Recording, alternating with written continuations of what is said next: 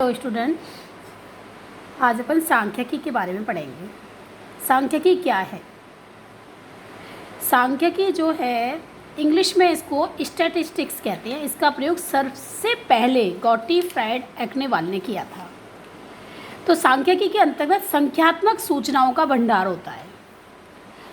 मतलब सांख्यिकी से अभिप्राय संख्यात्मक सूचना या उनसे संबंधित परिणात्मक तथ्य या निष्कर्ष से है, क्योंकि इसमें जो भी होते हैं, जैसे आपने 10th क्लास में पढ़ा होगा, मीन, मोड, मीडियन, इस सब में क्या थे? आंकड़े थे। तो कुल मिलाकर सांख्यिकी के अंतर्गत आंकड़ों का ही भंडार होता है। इसलिए कहा जाता है कि सांख्यिकी में समस्त सूचनाएं संख्याओं में उगती है, किंतु समस्त संख्या सांख्यिकी नहीं हो सकती है। क्योंकि यदि मैं ये कहूँ कि हमारे स्कूल में 2000 छात्र छात्राएँ हैं, तो ये सांख्यिकी नहीं है। लेकिन यदि मैं ये कहूँ कि 1500 छात्र और 500 छात्राएँ हैं, तो यह सांख्यिकी होगी, क्योंकि एक अकेली संख्या कभी भी सांख्यिकी नहीं हो सकती। सांख्यिकी होने के लिए उसे औसत या समूह में होना बहुत ज़रूरी होता है। इसलिए सांख्यिकी को एकवचन और बहुवचन के रूप में परिभाषित किया गया है। यदि अपन सांख्यिकी को एकवचन के रूप में परिभाषित करते हैं, तो सांख्यिकी का जो अर्थ है वो है सांख्यिकी विज्ञान या सांख्यिकी विधियों से है।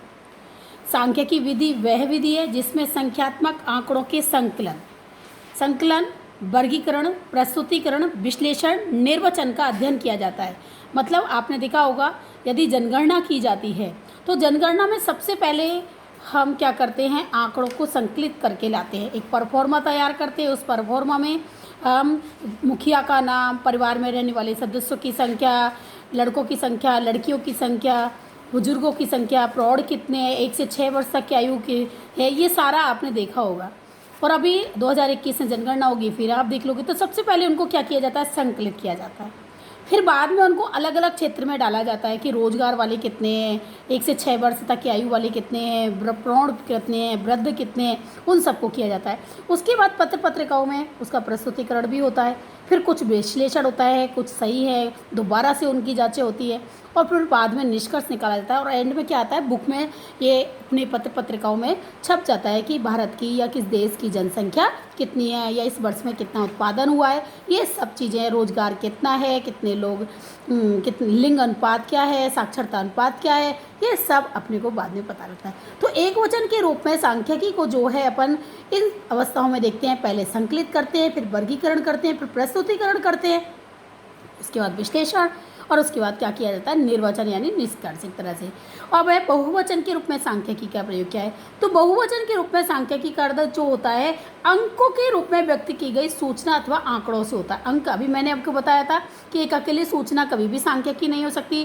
जो अंक होते हैं, इसमें कहने का मतलब यह है कि विद्यार्थी, जैसे कि हमारे स्कूल में वाणिज्य में इतने हैं, कला वर्ग में इतने हैं, विज्ञान वर्ग में इतने हैं, अलग अलग संख्याएं दे दी, तो ये सब क्या होगी?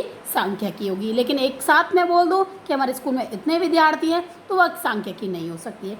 तो जैसे जनसंख्या संबंधी आंकड़े, रोजगार संबंधी आंकड़े, सार्वजनिक व्यय के प्रतिमाह आंकड़े, मतलब सार्वजनिक व्यय के आंकड़े, यदि यह कहा जाए कि सुनील को 2000 रुपये प्रति माह जेब खर्च मिलता है, तो यह सांख्यिकी नहीं है। यदि यह कहा जाए कि 11वीं के विद्यार्थियों का औसत जेब खर्च 1500 रुपये प्रति माह है, तो यह सांख्यिकी हो सकती है। प्रति माह है तो यह सांख्यिकी, क्योंकि हमें किसमें मापा है? इसको औसत में। एक अकेली सूचना कभी भी सांख्यिकी नहीं हो सकती है।